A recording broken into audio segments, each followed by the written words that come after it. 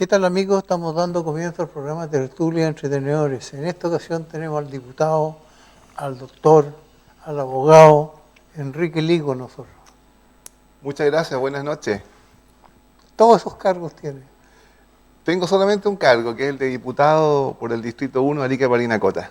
El resto son profesiones y estudios, pero estoy muy contento, don José, de representar a Arica y Parinacota y defender los intereses de la región y bueno, de Chile entero, ¿no? Y se dice que lo ha hecho muy bien.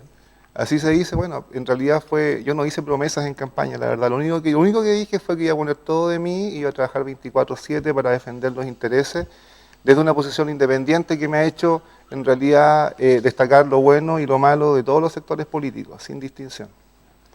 Don Ricardo Ortiz puede saludar. Muy buenas noches, estimados amigos que ya durante mucho tiempo nos escuchan, a nosotros y a los invitados, diferentes invitados. Ahora tenemos un diputado y cercano al 4 creo que va a tener hartas novedades que comentar. Don José Luis Torres. Buenas noches, amables telespectadores. Un gusto que nos reciban en su casa una semana más. Y esperamos tener una muy interesante conversación con don Enrique Lee, que nos agregó su último título, que creo que lo tiene, Ariqueño Nacimiento. Así es. Así es. Diputado, usted estuvo con la ministra en la cárcel pública de Hacha. Así es, hoy día tuvimos la visita de la ministra de Justicia con el subsecretario, visitamos la cárcel de Hacha, hizo unos anuncios de los cuales los respaldamos en su mayoría, a modo general, plenamente, que tiene que ver con descongestionar las cárceles y también yo creo que lo más importante, que lo hemos venido anunciando y diciendo hace harto rato, Gendarmería por fin se incorpora a esta lucha, ¿no es cierto?, contra la delincuencia, contra el delito, contra la criminalidad. Creo que siempre fue un error haber dejado a esta institución tan importante de lado. Primero, porque en Chile los crímenes, los delitos tienen mucha reincidencia. Por lo tanto, las instituciones que tienen que ver con la rehabilitación tienen que ser apoyadas, porque evidentemente no hay rehabilitación. Si alguien que ha tenido un paso por la cárcel después vuelve a reincidir y reincidir y reincidir, quiere decir que de rehabilitación no tenemos mucho y ahí entonces la Gendarmería tiene que tener un apoyo del Estado. Y por otro lado, los principales crímenes, los más violentos, los de mayor connotación pública, están siendo dirigidos desde las cárceles. Por lo tanto, a mi modo de ver, Gendarmería nunca debió ser dejada de lado y hoy día, por cierto, que todas sus demandas han sido incorporadas en este paquete de medidas que respaldamos plenamente. Yo por lo menos le dije a la ministra antes de venir al programa que contaba en lo general del proyecto con mi apoyo. La ministra estuvo en el matinal hoy día y dijo que no sé cuántos miles de teléfonos celulares se han decomisado en las cárceles. Mire, don José, usted sabe que yo hice la práctica de Derecho en la Defensoría Metropolitana Norte. Me tocaba visitar las cárceles y a mí siempre me llamaba la atención de que ni las llaves podían entrar, o sea, las llaves quedaban afuera. Sin embargo, ya una vez conversando con las personas que estaban privadas de libertad y haciendo ya las funciones propias de un estudiante en práctica, yo de repente me pedían algunas misiones, ¿no es cierto?, algunos trámites. Yo le decía, bueno, ya llegando al edificio de la Defensoría los voy a practicar. Y me decían, no, pero por favor, abogado, hágalo al tiro, comuníquese al tiro con el defensor. Pero es que no tengo el teléfono acá. No se preocupe, tome, acá tiene. Y salían teléfono y cada reo prácticamente tenía su teléfono y uno se explicaba, pero bueno, ¿cómo está sucediendo esto? Cuando en realidad no es permitido. Pero es una realidad y qué bueno entonces que ahora se tomen las cosas más en serio. Otro gran problema que tiene la cárcel de Hacha es que hay mucho sobrevuelo de drones, en algún minuto tienen que también inhabilitarse. Hay aparatos ya, no solamente para inhabilitar celulares, sino también para inhabilitar drones. Y eso más una serie de medidas de seguridad para el propio personal que fueron anunciadas hoy día deben ser implementadas. Van a ser implementadas con ayuda de los fondos regionales. También nosotros siempre le hemos pedido al gobierno que no solamente le meta la mano a la billetera regional, porque indudablemente cuando se hacen estos proyectos, por muy buenos que sean, también se dejan al desnudo otros proyectos. Nosotros creemos que también tienen que venir acá fondos sectoriales, propiamente ya del nivel central, y no siempre estar solucionando los problemas con los escasos fondos que tenemos en la región. Usted es independiente. Así es. Fue muy bien recibido por los diputados del Partido de la Gente. Sí es, sí. es verdad. ¿Cómo se siente? Me siento bien, la verdad es que también me sentía muy bien en Evópoli, el cual también le doy a los parlamentarios de Evópoli en la Cámara mis agradecimientos porque fueron muy buenas personas y muy receptivos conmigo, independiente de que a raíz, ustedes saben, de haber suscrito una acusación contra el ex canciller del gobierno de Piñera, la bancada me pidió que obviamente no siguiera ahí porque no teníamos obviamente muchos puntos en común respecto a nuestra visión del gobierno anterior. Pero mantengo muy buenas relaciones humanas con ellos y una vez que empecé a buscar otras bancadas, la verdad no solamente con el PDG, yo quiero ser súper sincero, obviamente que no voy a referir quiénes, pero muchos parlamentarios de todo el espectro político estuvieron muy interesados en que me incorporara a sus bancadas como independiente. Y decidí con el Partido de la Gente, con el PDG, porque sus parlamentarios fueron los que se mostraron mucho más amables y honestos en su postura de decirme, sabe que, diputado, usted acá puede tomar las decisiones que estime conveniente, acá no le vamos a expulsar si es que en algún minuto vota en forma contraria al resto de la bancada. Así es que decidí incorporarme al PDG, somos 8 parlamentarios entre los militantes del PDG y los independientes, así que esperamos hacer una buena labor. José Luis. ¿Cuál es la influencia de Franco Parisi en el PDG?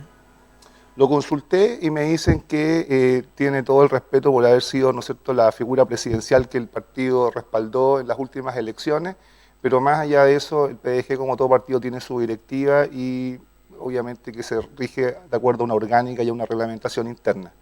Nosotros, yo por lo menos no tengo ninguna relación con el PDG, no he visitado la sede del PDG, yo me rijo por un reglamento que tienen los parlamentarios en las formas de actuación, pero que son propias de la Cámara de Diputados. Retomando el tema de la cárcel, a mi juicio, yo creo que la justicia cada día es más benigna con los delincuentes. Si bien es cierto, uno tiene que mejorarlos, darle alternativas laborales, etcétera, pero eso de primero darle oportunidades para que voten, lo que ya ahí hay un problema. Segundo, que los fondos que entrega el Estado son bastante precarios, tanto para la implementación como para lo que tú decías, los gendarmes, diríamos, y los sistemas. Esto de inhibir, diríamos, las llamadas desde la cárcel hacia afuera, debe tener unos 15 años más o menos todos los sistemas. Y nunca entendí, a no ser que haya ciertas manos morenas, porque no puede decir negras, ¿no?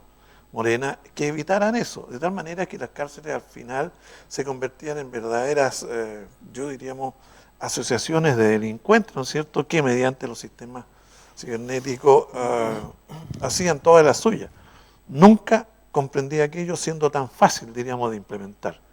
Tercero, los drones que dejan caer armas, drogas, son por la experiencia que uno ve y que estudia y que a veces lee, son bastante fáciles de derribar.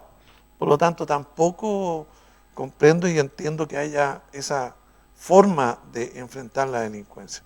Si un delincuente ve que la cárcel en realidad es la escuela del delito, creo que va a seguir delinquiendo.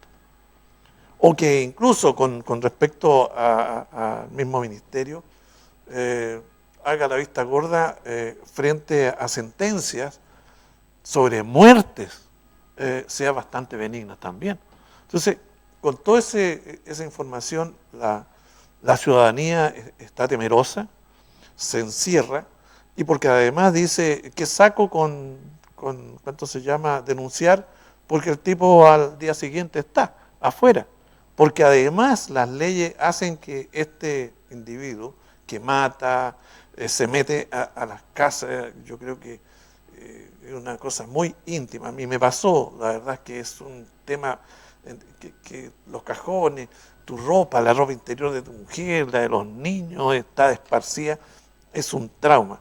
Y sobre eso, ¿no es cierto?, cada día le entregan más, yo diría, más disposiciones benignas para los delincuentes.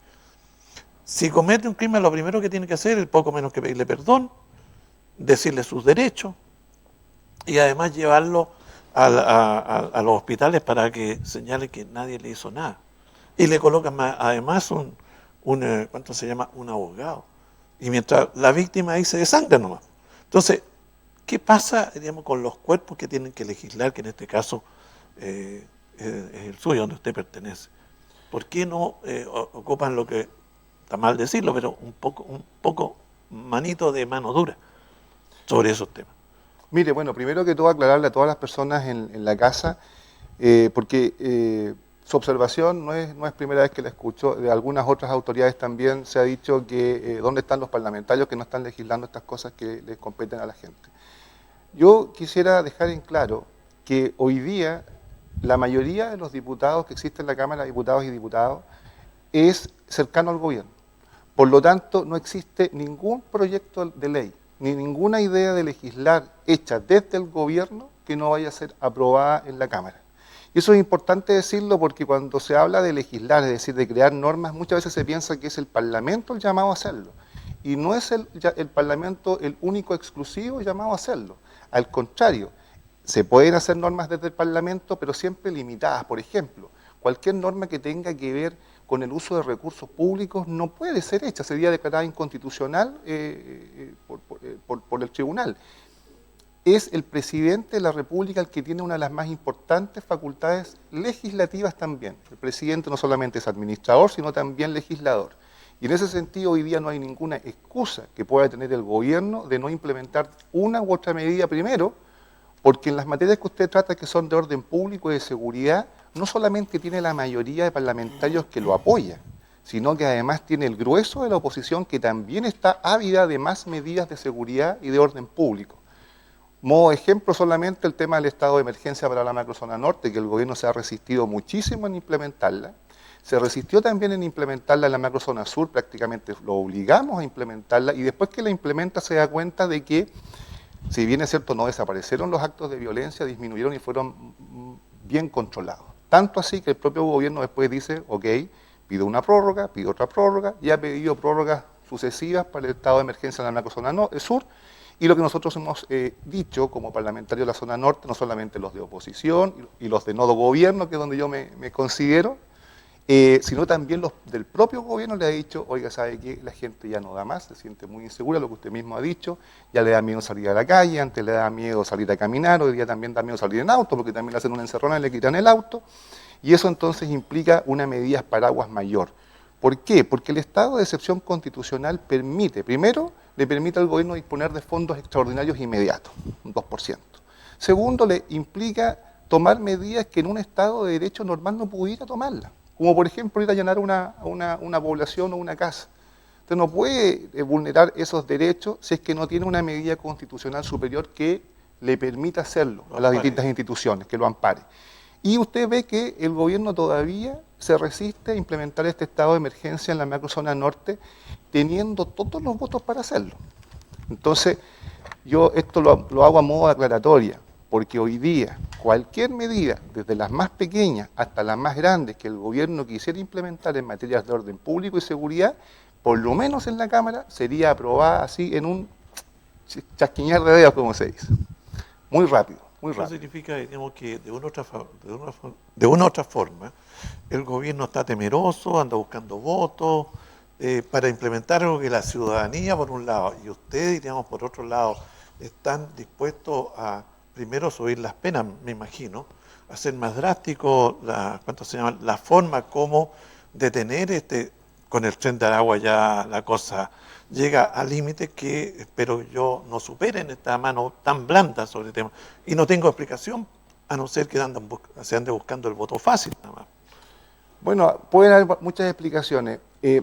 Usted también mencionó cómo enfrentar el tema del delito. Mire, esto de cómo enfrentar el delito es de estudios milenarios. Ya desde el derecho romano a la fecha hay distintas formas de observarlo. Tiene que ver también con una forma de la vida, de la evolución humana, de la evolución social. Algunas personas tendrán una u otra medida. El tema preventivo también es importante, sin duda. El tema de la educación. O sea, esto es una mirada integral. Y si es que no lo miramos de forma integral, nos vamos a equivocar. Esto no solamente es perseguir y castigar.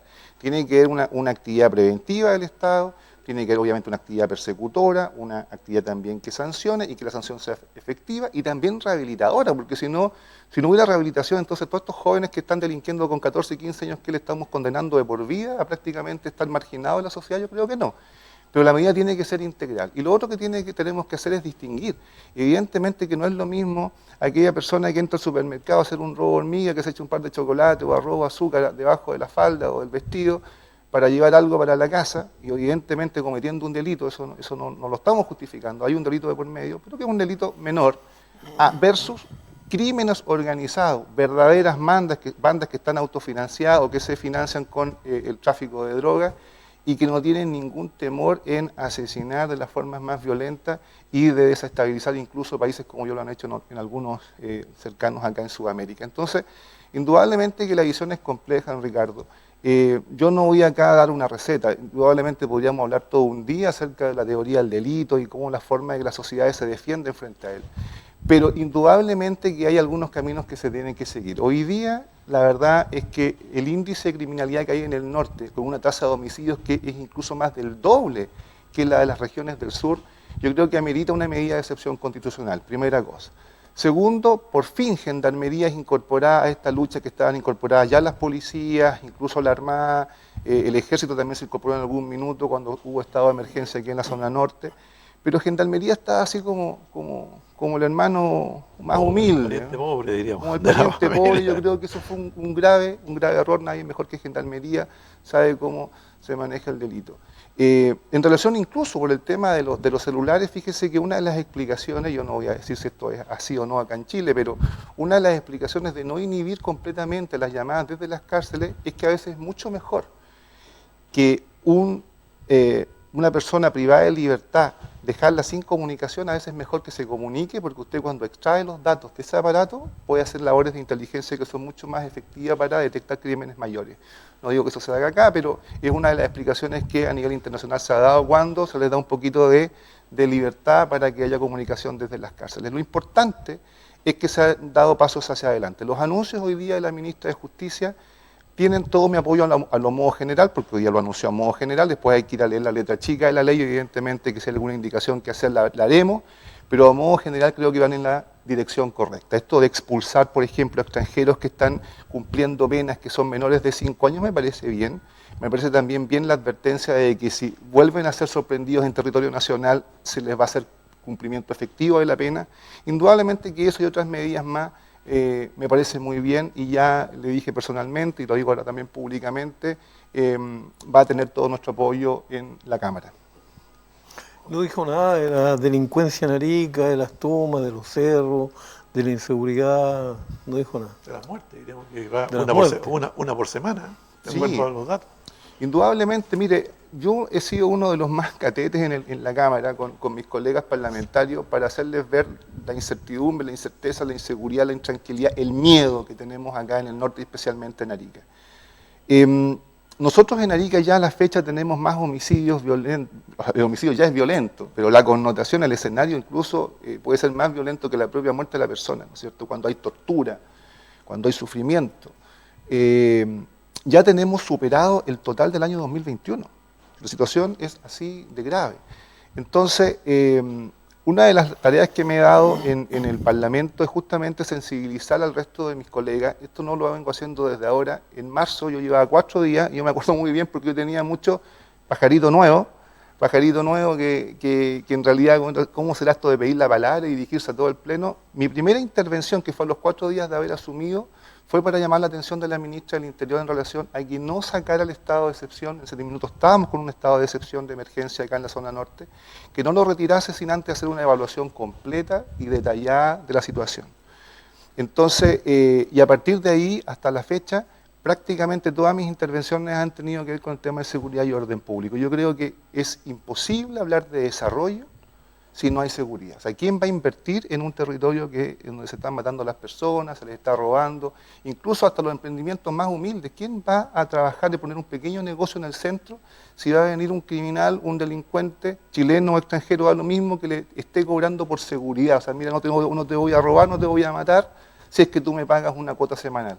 Eso obviamente que no lo podemos permitir. Yo creo que evidentemente también hay miradas que son un poco distintas, eso tiene que ver también con las ideologías, ¿no es cierto? Hay ideologías que son un poco más permisibles con el tema de la delincuencia y de la vulneración de las leyes, y otras que son un poco más rígidas. En el caso del gobierno actual, evidentemente, ya que del momento en que se produce una amnistía a todas esas personas que efectivamente provocaron daños al comercio en distintos puntos del país, se da cuenta de una mirada distinta que tiene quien está gobernando con respecto a la delincuencia.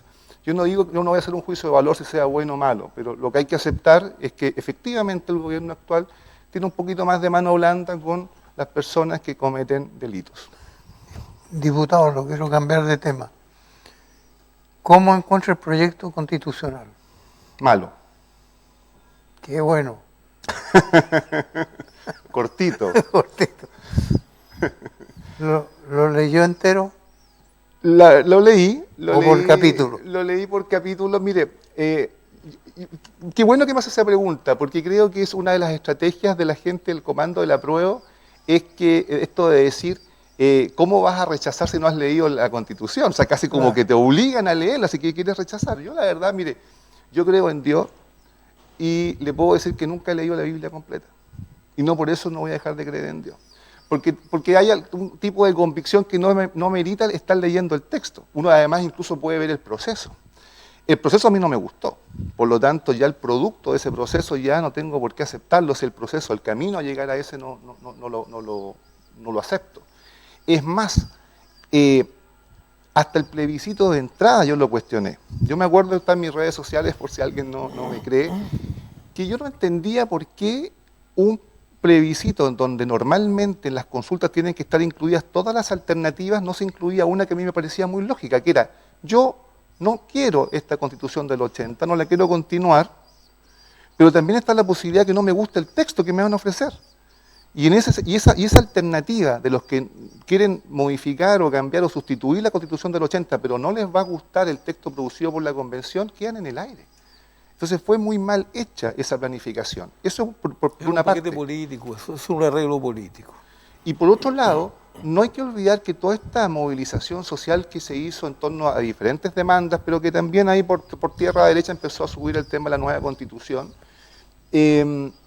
surge por un descontento con los políticos y específicamente con los partidos políticos.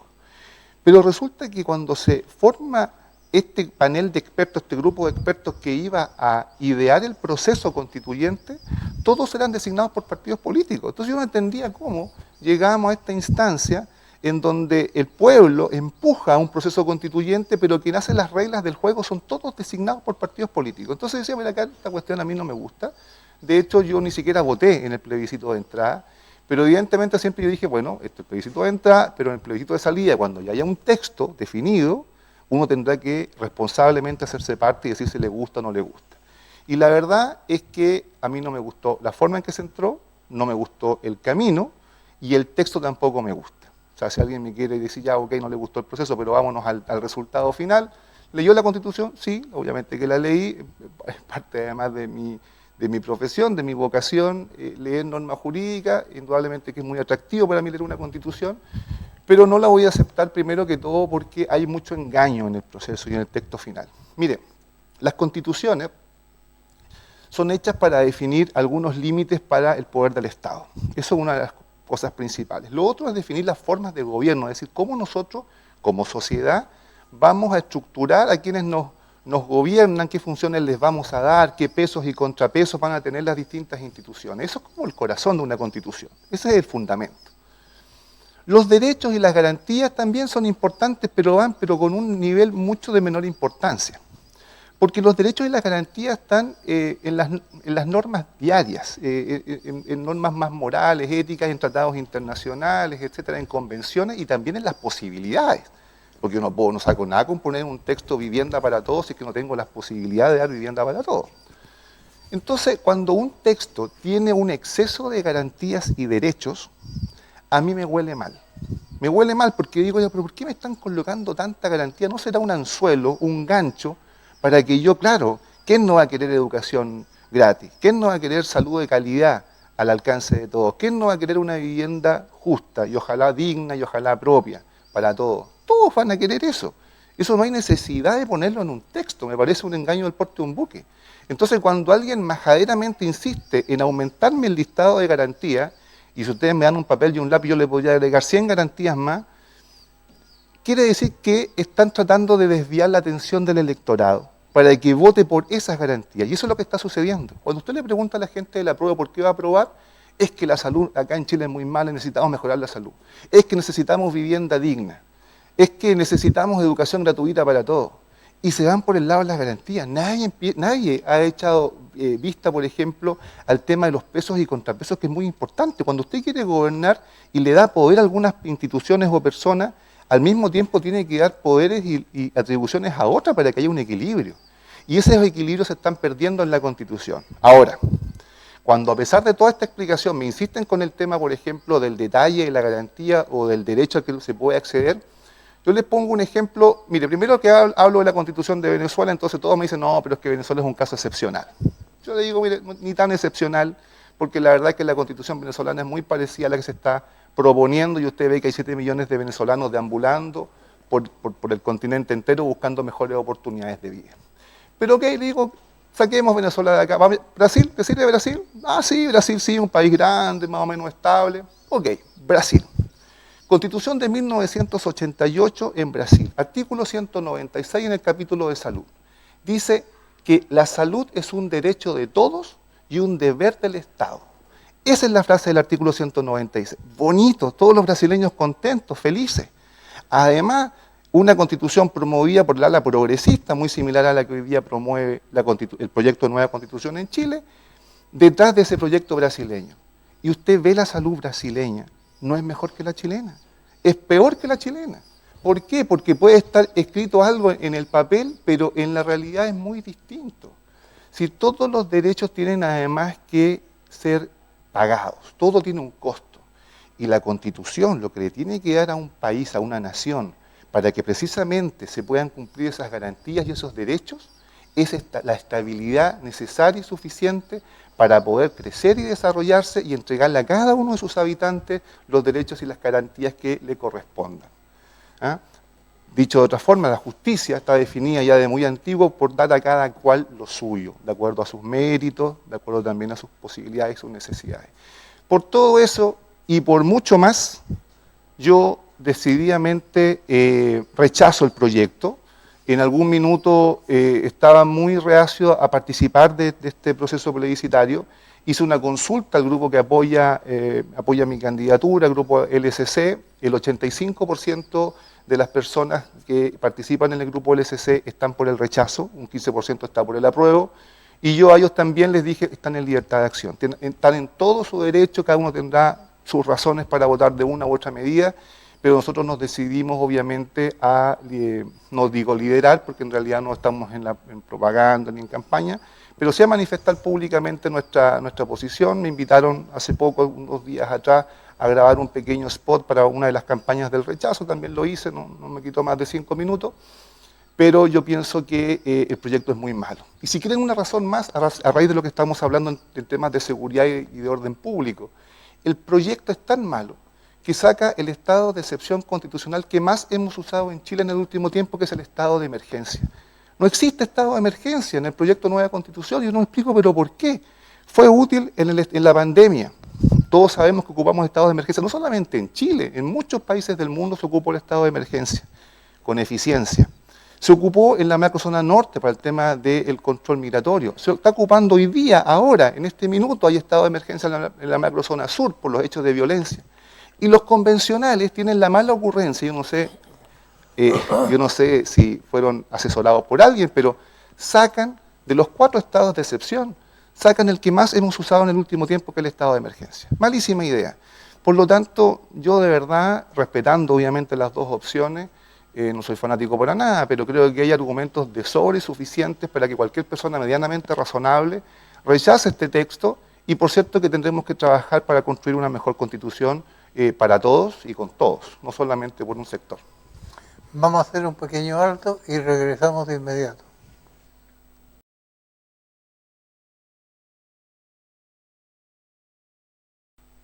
De la Constitución. Usted ponga el tema, diputado. No, Bueno. pero perdón, antes me gustaría, como no se ha cerrado el tema de la Constitución, podemos, no digo refutar, pero tener ideas diferentes. En definitiva, ¿no crees tú que esta nueva Constitución es el resultado del mal trabajo, de la concentración del poder político que posteriormente pasó a ser también económico, de grandes falencias que ha tenido el Estado frente al pueblo, diríamos, y que el pueblo mediante estos famosos artilugios que son los celulares empezó a darse cuenta que incluso para algunos era clases de ética, ¿ah? Y para otros que tenían, digamos, otros delitos eran mucho más, castigándose generalmente a la clase social más baja que no tenía educación, no tenía acceso y por lo tanto al no tener acceso empezaba a hacer estas malas obras. ¿No crees que esta Constitución fue el resultado, o sea, la idea de tener esta nueva Constitución fue el mal trabajo de los políticos y acá son todos, acá no hay nadie que se salve, de tal manera que la gente empezó a obligar. Y obviamente en eso algo tú tienes razón, que no fue la mejor gente, diríamos que fue los especialistas, sino de todo salió de esta sociedad, gente como la tía Pikachu, que es el elemento, o este Baden, ¿no es cierto?, que era un bandido de 7 suelas, hablando, ¿no es cierto?, y colocando temas que nos iban a nosotros a crear, ¿no es cierto?, cómo, digamos, a trabajar, vivir a través de una nueva Constitución. Voy a hacer Los una opinión políticos. muy Tú no participaste, digamos, en la historia, digamos, del mundo político. O sea, no participé activamente, pero siempre lo seguí muy de cerca, siempre me interesó el tema político. Una cosa es que no participara en la parte electoral o postulando algún cargo de elección popular. Pero, mire, si usted me pregunta mi opinión personal, obviamente Sí. puedo estar equivocado, una percepción. Yo creo que este tema de la nueva Constitución, obviamente que es una bandera de lucha política, netamente, de un grupo que evidentemente no le gustaba que una Constitución hubiera nacido en dictadura. A mí tampoco me gusta que una Constitución que da el marco jurídico a una nación haya nacido en dictadura. Por eso que soy parte de una nueva Constitución, pero no esta que nos están presentando, definitivamente no. Yo creo que se enarboló una bandera y además se le hizo creer a mucha gente de que todos los problemas que estaba sufriendo se debían a esa Constitución. Si sus pensiones bajas se debían a la Constitución, la mala salud se debía a la Constitución, corrupción se debía a la Constitución, cuando la verdad es que eso no es así. No es así. La gente que me dice, por ejemplo, oiga, pero ¿cómo no le va a gustar que se combata de mejor manera la corrupción? Con una Constitución que castiga derechamente actos de corrupción. Mire, en un país o en una región donde llevamos 3 años esperando una auditoría externa, que ni siquiera requiere una ley, porque la ley ya está, y mucho menos una Constitución, y no la hacemos, entonces no me vengan a hablar de corrupción. ¿Y no hay control sobre eso? Bueno, pero lo que pasa es que, a ver, control sobre eso, Contraloría. Para mí Contraloría debería ser una institución con mucha mayor autonomía, pero eso no lo toca el nuevo proyecto. El nuevo proyecto no toca cosas que son muy importantes. Defensoría de las víctimas. Por Dios, qué cosa más importante, que así como los delincuentes o quienes están imputados por un delito tienen una defensoría penal pública pagada por todos nosotros, ¿por qué las víctimas no tienen los mismos derechos? ¿Y eso está incluido en la nueva Constitución, en el proyecto? No lo está. Por eso es que el proyecto es malo. El proyecto debería contener otros aspectos que son muy relevantes para una nación. Y que por cierto que vamos a luchar en caso que gane el rechazo desde el Parlamento y de todas las instancias para que tengamos esa mejor Constitución. Mire, con respecto a la salud, tenemos una ley, ni siquiera una Constitución, una ley que impide cobrarle a las personas mayores de 60 años. Las prestaciones del hospital tienen que ser gratuitas. Y nosotros detectamos el 2017 que en el hospital de Arica, acaso no hay que ir muy lejos, se le cobraba prestaciones a los adultos mayores de 60 años. Hicimos tremendas denuncias y se dejó de cobrar. Y para muchas personas que estaban yendo al hospital a satisfacer sus necesidades de salud, fue un gran alivio. ¿Requerimos una ley? No, la ley ya estaba. ¿Requerimos mejor Constitución? No, con la misma Constitución. ¿Qué es lo que está faltando? En primer lugar, faltan muchas cosas, por cierto, Ricardo, faltan muchas cosas, pero en primer lugar lo que está faltando es mejor gestión. Está faltando mejor gestión, está faltando mayor compromiso del estamento público, de los funcionarios públicos, de los profesionales, de los administrativos que trabajan en dependencias del aparataje estatal también, para ver al cliente, al ciudadano que tienen que atender también con otra mirada. esa cosa no está en la Constitución. Esos aspectos no están. Entonces, mire, el tema previsional, que fue en el fondo la gran excusa. No podemos eliminar la AFP por la Constitución de Pinochet. Eso es una gran mentira. Primero porque la Constitución de ahora no es de Pinochet, es una Constitución que está archimodificada, es más bien la Constitución de Lagos, es más de Lagos que de Pinochet, es de la Concertación. Entonces, fíjese que cuando nosotros vamos a ver el tema previsional y vamos por el retiro, que en el fondo también es una forma de presión para que el sistema previsional se reforme de raíz, es el propio gobierno que está detrás de la opción del apruebo, el que dice no más retiros de las AFP, protegiendo las AFP. Entonces ese contrasentido, ese doble discurso, a mí no me gusta, y obviamente que trato de que las personas que se lo creen despierten un poco, abran los ojos. Recuerde, fue el gobierno que tanto levantó la bandera de los retiros de los ahorros previsionales individuales, el que se opuso a que tuviéramos un quinto retiro, que ni siquiera era el quinto. ¿Tú estás de acuerdo en que siga retirándose el dinero de la AFP? Yo estoy de acuerdo primero que todo en darle beneficios a las personas en épocas que hay necesidades económicas tremendas. El tema de la inflación, que fue una de las excusas que dio el gobierno para no seguir, es obvio. Pero usted puede tener inflación tanto por un retiro de la AFP o porque usted como gobierno está dando un bono. Finalmente lo que produce la inflación no es que usted lo saque de la AFP, lo que produce la inflación es que haya mayor circulante en la sociedad. Por lo tanto, si usted como gobierno está dando bonos, está también contribuyendo a la inflación. Una inflación que además tiene un origen interno y externo. Pero a lo que voy no es a eso, voy en el fondo a que se enarboló una bandera de lucha y se le hizo creer a mucha gente que todos los problemas, incluso los más domésticos, se debían a la Constitución. Y eso no es así. Y por eso que mi opción, muy tranquila, en paz, no fanática, es rechazo, porque el texto es malo.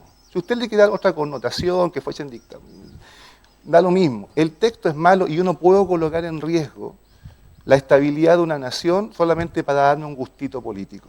Eso sí que no. Muy bien, ¿qué vas a decir? Comparto lo que dice el doctor Lee. Me habría gustado tratar un poco eso de la pérdida de identidad nacional que hay con las plurinacionalidades y esa copia mala de la Constitución boliviana. Pero como el tiempo es corto y el doctor tiene buena verba, si usted estuviera cesante podría instalarse el 21 de mayo y le ganaba a todos los inmigrantes que están vendiendo productos ahí porque usted vendería lo que sea. Buen vendedor. Pero háblenos del tema ese de las licencias médicas. Bueno, lo que pasa es que este tema que estamos conversando ahora tiene mucho que ver con una de las labores del diputado, que es la de representar, ¿no? Yo represento en la Cámara las necesidades que tenemos en la región, le transmito a los otros representantes del resto del país lo que estamos sufriendo con la delincuencia, con una inmigración descontrolada, etcétera. Represento ante los ministros, he ido muchas veces a La Moneda, agradezco al gobierno esa parte de que ha sido muy asequible y la verdad es que cada vez que pedí una audiencia me la han dado. También a los seremis los he visitado prácticamente a todos, creo que me queda 1 o 2 seremías por visitar, y entregándoles siempre este ánimo de colaborar con ellos. Eso, muchos seremis me han dicho, pues sabes que esto es primera vez que vemos un parlamentario visitando las distintas seremías, diciéndonos que nos quieren colaborar. Eso la verdad es que es inusual. Pero forma parte de una aspiración de querer colaborar a cambiar la política para mejor. Así es que lo que estamos haciendo es representar a la gente en estas instancias de gobierno, las distintas instancias de gobierno. Pero otras tareas de los diputados tienen que ver con la legislación, o sea, creación de normas, y otra la de fiscalizar. El tema de la creación de normas, yo diría que una de las cosas que más me motivó, me encantó, fue el hecho de haber participado como profesional de la salud en un grupo de parlamentarios, tanto del Partido Comunista hasta republicanos, todo el espectro político, en un proyecto que le está exigiendo al gobierno que termine de una vez por todas con este castigo de los 3 primeros días de las licencias médicas. En su casa más de alguien sabrá que cuando un médico le da una licencia por 7 días, la verdad es que el Seguro de Salud, FONASA o la ISAPRE le va solamente a pagar 4, porque los 3 primeros días en el fondo son un castigo del paciente. Y uno se explica, ¿pero por qué tiene que tener un castigo económico a alguien que está enfermo? En la consulta, ¿qué es lo que sucede en la práctica? Cuando uno le da una licencia de 10 días o menos, que los pacientes, algunos dicen, ¿sabe qué, doctor? No me la dé. aunque no me puedo dar ese lujo. ¿Pero por qué un lujo? Si usted está enfermo, necesita reposo. No, es que me van a pagar solamente 7 de esos 10 días. Y esos 3 días que me van a descontar a mí me sirven, sobre todo cuando son salarios más humildes. Claramente que les sirven, están destinados a cosas que son esenciales. Y por otro lado también existe este otro tipo de paciente que me dicen, en el fondo, dice, si me da la licencia que tiene que ser 11 días, porque los 11 días los pagan completos, de 11 para adelante. Entonces ocurre que hay una serie de enfermedades que para recuperarse uno requiere 3, 4, 5, 6, 7 días, en que usted va a encontrar pacientes que las están sufriendo, pero que se van a morder los dientes y los labios y van a ir a trabajar igual porque no se pueden dar el lujo de hacer el reposo. Y va a tener otro grupo de pacientes que va a tener, con la complicidad de su médico, un reposo que es superior al que requiere, para no ser castigado. Por lo tanto, con este proyecto de ley se transparenta este tema. Se hace mucho más justo y ni siquiera va a rogar más gasto a mi gusto, porque esto de el gasto que van a tener las aseguradoras por estos 3 primeros días que van a pagar se puede compensar con esas licencias excesivamente largas que se dan para enfermedades que no requieren tanto reposo, pero que se dan más días de reposo para que se paguen al 100%. Así que me parece un proyecto muy inteligente, muy dinámico, muy del día, porque además existe otra motivación. Antiguamente, ustedes se acordarán, yo mismo iba a trabajar a veces resfriado, iba a trabajar con tos, iba a trabajar con fiebre, porque no me parecía que fueran síntomas muy relevantes para dejar de trabajar.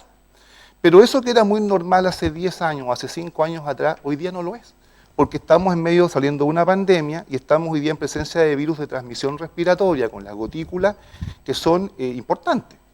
Y por lo tanto es relevante que esa persona que usted le está dando ese reposo de infecciones respiratorias que normalmente se dejan de ser contagiosas entre los 5 y 7 días, efectivamente cumpla el reposo. Y por lo tanto el hecho de sacarle el castigo a los 3 días va a implicar de que efectivamente esas personas van a recibir y van a aceptar esas licencias y esas indicaciones de reposo.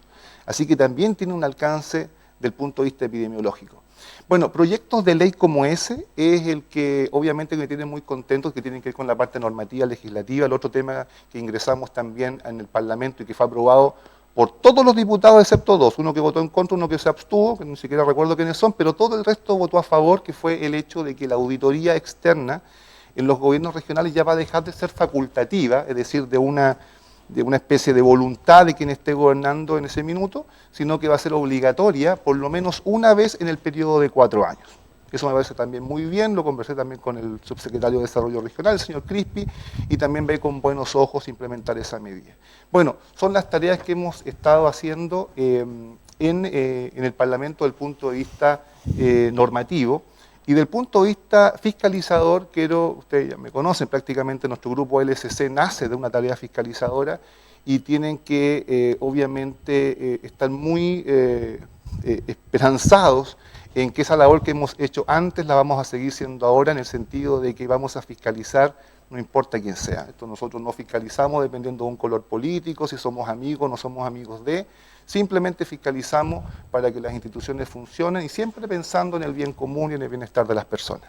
Esas son las labores que hemos cumplido en estos ya casi 6 meses, don Ricardo. Una consulta. El diputado tiene, ¿no es cierto?, esa labor fiscalizadora. ¿Okay? El Ceremi de Bienes Nacionales tiene una tarea, ¿no es cierto?, de resguardar los terrenos que generalmente el Estado tiene. El patrimonio fiscal. Patrimonio fiscal. Y por lo tanto, yo diríamos de más de un año a la fecha, en nuestras laderas, y en la del Valle de Azapa, se han instaurado pequeñas favelas, ¿ya?, donde no hay agua, no hay luz, excepto los postes que se roban y que se colocan ahí con paneles solares. Vale decir que hay toda una situación bastante complicada de vivencia, digamos. Y que yo sepa, estuvo en un programa la persona encargada de bienes nacionales, decía, yo no tengo las armas como para sacar a esa gente o hacer cumplir la ley. Por lo tanto, lo que ha sucedido es que de 50 personas que habían ahí, hoy día ya superan las 500, y la acción del Estado va a ser mucho más complicada para erradicarlos o sacarlos de allí. porque, bueno, lo sacamos a sangre o fuego, no creo que acepten un consejo y por lo tanto su labor, diríamos, está obstaculizada por alguna situación que cada día se siguen agrandando estos sectores, diríamos que no podríamos señalar que todos son delincuentes, pero de ahí salen los delincuentes. Así es. Bueno, esto tiene que ver también con un tema de voluntariedad política, sin duda. Es cuestión de revisar la campaña del actual presidente Boric para darse cuenta del discurso obviamente alentador de las tomas. Por lo tanto, si yo tengo un candidato que está alentando o insinuando que va a ser vista gorda con las tomas de terreno, evidentemente si sale electo voy a aprovecharme de eso. Ese es el tema político. Indudablemente que hay un Estado de Derecho que tenemos que hacer cumplir. Yo ayer tuve una reunión con el delegado presidencial y tocamos el tema de las tomas. El delegado insinuó de que faltaba normativa y yo le repetí lo mismo que le estoy diciendo a ustedes ahora. Cualquier iniciativa del gobierno que tenga relación con detener las tomas va a ser aprobada en la Cámara. Por lo tanto, si no hay una iniciativa legal del gobierno es porque el gobierno no quiere hacerlo simplemente. Ahora, bueno, si no lo quiere hacer, tenemos ya las normas que ya están hechas. ¿Cuáles podemos ocupar? Podemos ocupar la flagrancia. Yo creo que la flagrancia es una de las cosas que podemos ocupar nosotros como ciudadanos, en el sentido de activar a las policías cuando se están colocando, cuando empiezan a colocar las demarcaciones, rápidamente llamar a la Policía de Investigación de los Carabineros de Chile para que pueda actuar en flagrancia, porque si actúa dentro de esas 12 primeras horas, sí se puede desbaratar todo lo que esté ahí puesto o que se pretenda construir o levantar. Para eso le pregunté al delegado por si existía algún fono para denunciar precisamente las tomas. Y me dijo que existía. Dije, pero si existe, delegado, nadie lo conoce, yo no lo conozco. Entonces, efectivamente, me lo pasaron, existe, y yo lo que voy a pedir es que haya mayor difusión al respecto. Porque yo creo que finalmente tenemos que ser, ante un Estado y un gobierno que en esta materia no quiere intervenir, vamos a tener que ser los propios ciudadanos los que intervengamos. En Antofagasta hubo un hecho muy publicitado, que es, ¿no es cierto?, una tremenda máquina que echó abajo una casa, una toma VIP, que en el fondo es lo que a todos los chilenos nos gustaría que sucediera con todas las tomas, porque las tomas tienen también un tema de injusticia tremendo. Hay mucha gente que está aspirando a un terreno, a una vivienda, y está siguiendo el camino correcto, el camino legal, y está ahí a la espera, y de repente ve cómo por el lado, y se colocan por encima, hay gente que ya tiene sus terrenos, ya están demarcados, y con una demarcación que, digamos, es un insulto a la inteligencia ciudadana, porque no es una demarcación artesanal. Ahí hay todo un trabajo hecho de ingeniería en la forma de cómo se demarcan, por lo tanto yo no puedo más que comprender de que hay un tremendo negociado detrás de las tomas. Pero insisto, mientras el gobierno no tenga la voluntad de hacer la norma que impida eso, nada podemos hacer y solamente podemos ocupar las normas que ya existen. Y si usted me pregunta a mí cuál es una de las más potentes, es precisamente que quede registrada la denuncia a las policías cuando los ciudadanos detectemos que se está colocando un asentamiento, una demarcación. Porque después cuando ya está levantada la casa por diversas razones, incluso jurídicas, es muy difícil sacarlos de ahí. Yo que estaba de fiscalizador, lo felicito. ¿Por qué no visita la Seremía de Obras Públicas para ver el escándalo que pasa en Azapa? En la entrada a Azapa, qué manera de manejar mal esa obra, qué desorden que hay ahí, porque nadie ha dimensionado la cantidad de gente, ya no son los colegios, la tremenda cantidad de gente que vive, trabaja y mora en Azapa y en los valles, porque el valle ya no llegó a San Miguel, sino que está llegando al paradero Livilcar, y eso genera un tráfico que tiene una salida que está muy complicada por una obra, y ahí todo el mundo grita. Yo no sé si usted ha visitado la Seremía de Obras Públicas. Sí, tuve conversaciones, no sé si toda la tarde, pero un buen rato con mi equipo, con la Seremía de Obras Públicas, como también la tuve con el Seremi de Bienes Nacionales, casi iniciando el mandato.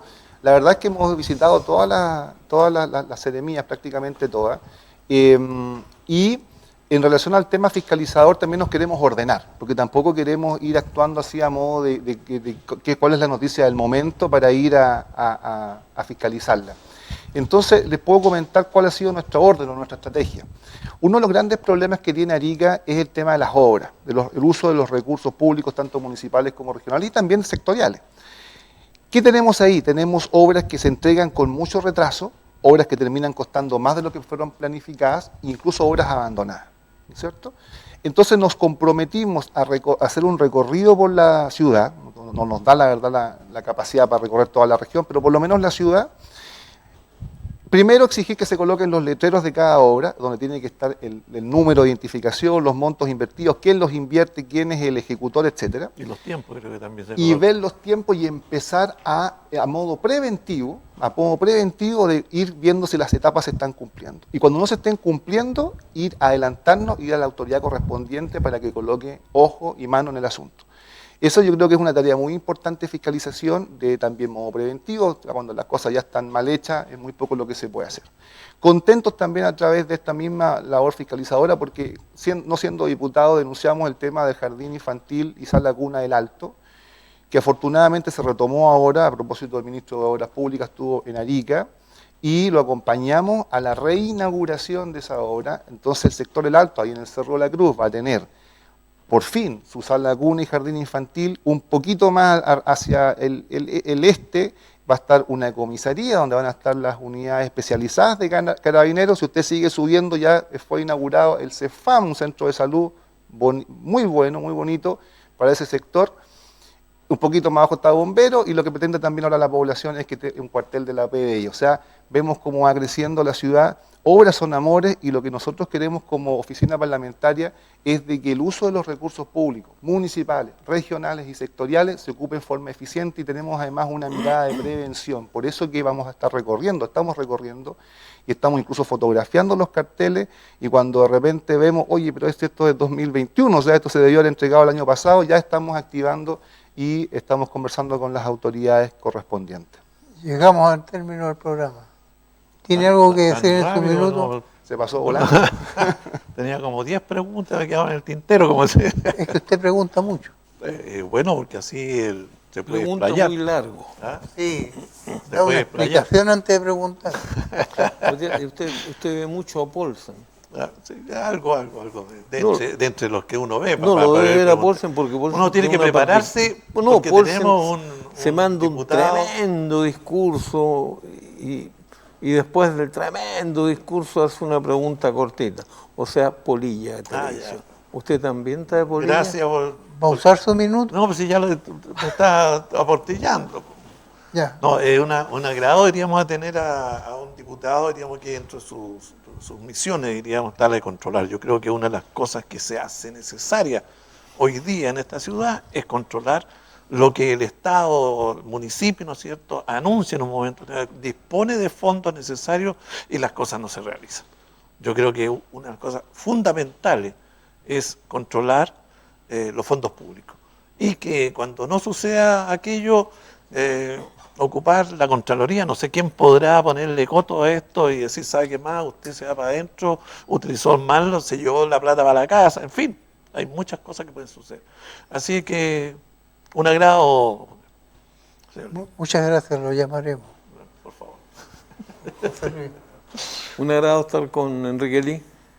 Fue una exposición clara, una posición muy definida, que le falta a tanta gente.